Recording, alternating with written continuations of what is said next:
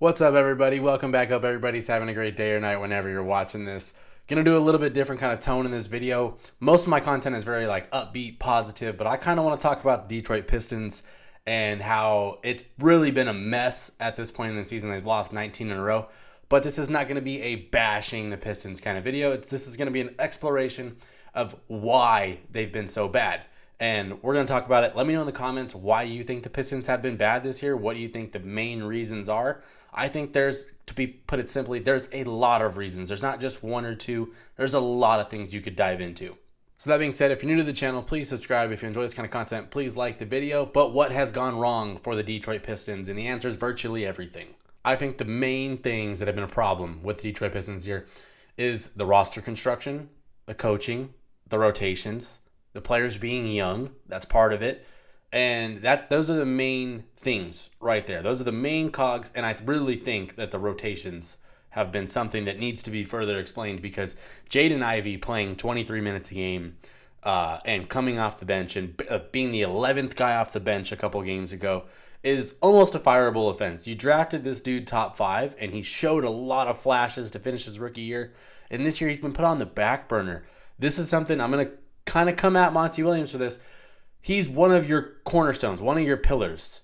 You don't play Killian Hayes, Marcus Sasser, and Alec Burks over him. You just don't do that. You let the young guy go out there and figure it out, struggle at times, but in the end it'll be better for him, rather than, hey, you're the 11th guy off the bench today. What do you think that does to a young player's confidence? It doesn't do good things, I promise that. Question to you Pistons fans. Would you like to see Killian Hayes, Marcus Sasser, and Alec Burks play over Jaden Ivey? I would think the answer would be an emphatic no. Sure, they can play some minutes. That's fine. Isaiah Livers, those guys can all play some minutes. But Jaden Ivey needs to be 30 plus per game. That is my first biggest bone to pick with this team, because you're young. You're going to struggle. That's okay. That's part of the game. That's part of the growth of a young team. But when you don't even allow them to grow, that is where I kind of draw the line. I think there's been a lot of games, a lot of minutes where neither Cade or Ivey's been on the court.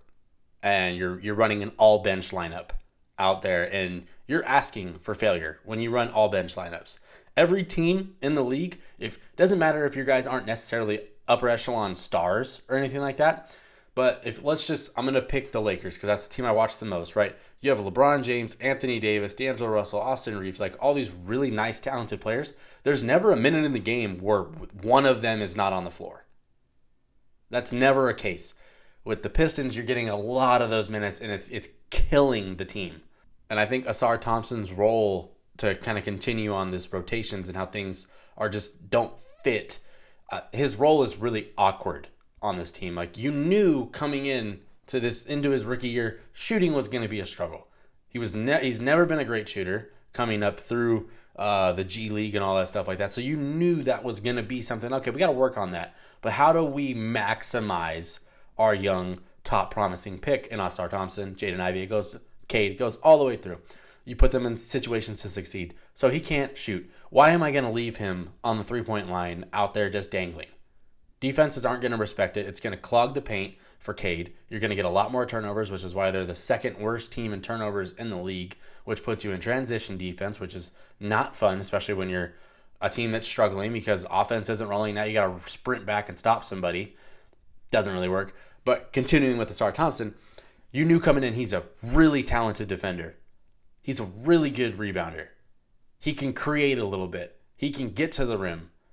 So why are we just leaving him on an island out there, basically in a desert by himself? It doesn't make sense. To me, one thing I would like to see is put him more in the dunker spot. And for those of you that don't know what that is, it's essentially like the baseline between the three-point line and the free throw line. Right, kind of underneath the backboard a little bit. Get him there so that he can maybe get some oops, and it'll bring, at least if they're going to clog the paint, at least he's down there. So that you can do that. Get him the ball more, I think would be one thing that I would like to see. Let him create a little bit more. He's really just been, they tried to peg him in as a 3-and-D kind of guy. That's not his game. He's a do-it-all of sorts kind of player, with the exception of shooting the three ball. So it's like putting Russell Westbrook out there on the three-point line all game and telling him, yeah, don't really worry about going inside. You're just going to be out here all day. Dude's going to struggle that way. You're not maximizing his potential. But what has led to poor rotations? Because they have like 12-man rotations out there. I think there was 12 guys that play more than 10 minutes per game. No team that's good in the NBA does that. That's just look at all the good teams. You'll have 9 or 10-man rotations, and then in the event you have some injuries or maybe a guy has to step up, play some more minutes, whatever. But they literally play 12 guys. Like you heard me earlier, Jaden Ivey was the 11th guy into the game. Like that, stuff like that can't happen. It really needs to be a 9 or a 10-man rotation. And to put it simply, some of these dudes just can't play. You can't, it's fine. Like the team, they're not meant to play on this team. And you're playing 12 guys, which is leading to dudes kind of having quick hooks and being pulled when they make mistakes. And that's young teams are going to do that. So you're really not giving them the chance to succeed at the end of the day. But what has effectively done that is the roster construction. Because if we look at the team, they've got a bunch of 6'9", 6'10" bigs, and then they have a bunch of guards. They don't really have many forwards, which this is kind of coming at Troy Weaver. The roster construction is bad. They don't have a lot of shooting. They're one of the worst shooting teams in the league, which is leading to the clogged paint for Cade Cunningham, leading to a lot of turnovers, leading to inefficient games out of your best players because there's no space to operate. And I'm going to do this again. Look at the NBA. Teams with poor spacing don't win. It's as simple as that. So the reality, it's you have poor roster construction that's led to bad play from your promising players, which is leading to your coach playing different guys and not giving the right guys the time to figure it out on the fly. You were never going to come into this year and be a playoff team. That was never the goal. It was never the goal. The goal is to be promising, show, hey, we got some pieces. These are the guys we're building around. But then you are putting these pieces in terrible situations because this construction is so bad. And it's really ineffective at the end of the day. This is why we lose 19 in a row and are looking like they could maybe break that record of 26. And it's not fun for Pistons fans. This is year 4 of the rebuild. And it's been led by poor roster construction. Sure, Monty Williams is a good coach in my opinion, but he's not done a good job this year. And at the end of the day, some of this is on the players too. You do have to go out there and perform. So I'm not ripping them off the hook or anything like that. You do got to go out there and perform, but I don't think they're put in a lot of situations to perform. Going forward, and this is just my opinion, these guys need to play 30-plus minutes per game. I'm going to list them. Let me know in the comments if you agree or disagree. Cade Cunningham, that's your best player. He should get 30-plus minutes per game. He already is anyway. Jaden Ivey, 23 minutes per game is a joke. Can't be doing that. He needs to be 30-plus minutes per game.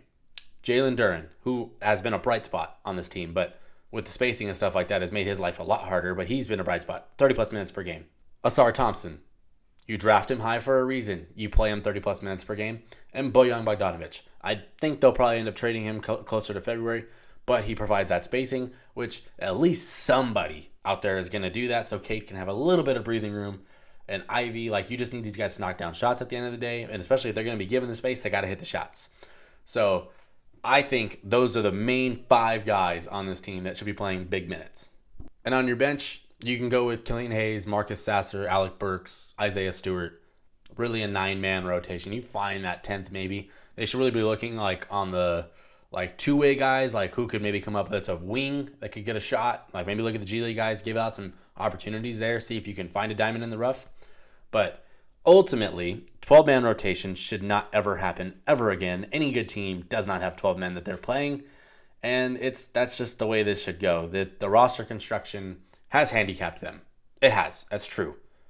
But Monty Williams has put out rotations that are not effective. They're not good, and you're not allowing your young guys to flourish, or even have a chance to flourish, for that matter. That's the main problems, in my opinion. And I like to look at it like a domino effect. How has one thing affected the other? Poor roster construction has led to poor rotations, bad rotations, which has led to bad play. That's the core gist of it. That's the main issue, in my opinion, with the Detroit Pistons. And it sucks because it's year 4 of a rebuild, and the fan base deserves better than what they've seen. But in the comments, let me know what you think the main problems are with the Pistons. Like I said, poor roster construction, bad rotations, leading to poor play. That's the main issues for me. If you agree or disagree in the comments, let me know. I really think that this team could be something. These guys could be something in a year or two. Cade Cunningham could be really, what's the word I'm looking for here? Cade could really explode at a certain point. Jaden Ivey could explode at a certain point. Ausar Thompson, if in the right situation, could explode. Jalen Duren, we've seen it. We've seen those flashes with a lot of these guys that they could be special. Allow them to be special. That's all I'm asking for. But anyway, if you're new to the channel, please subscribe. If you enjoy this kind of content, please like the video. But the Pistons, they have building blocks. They have opportunities here, and it's just about maximizing them. And it's going to take time, but it's really looked poor to start this year.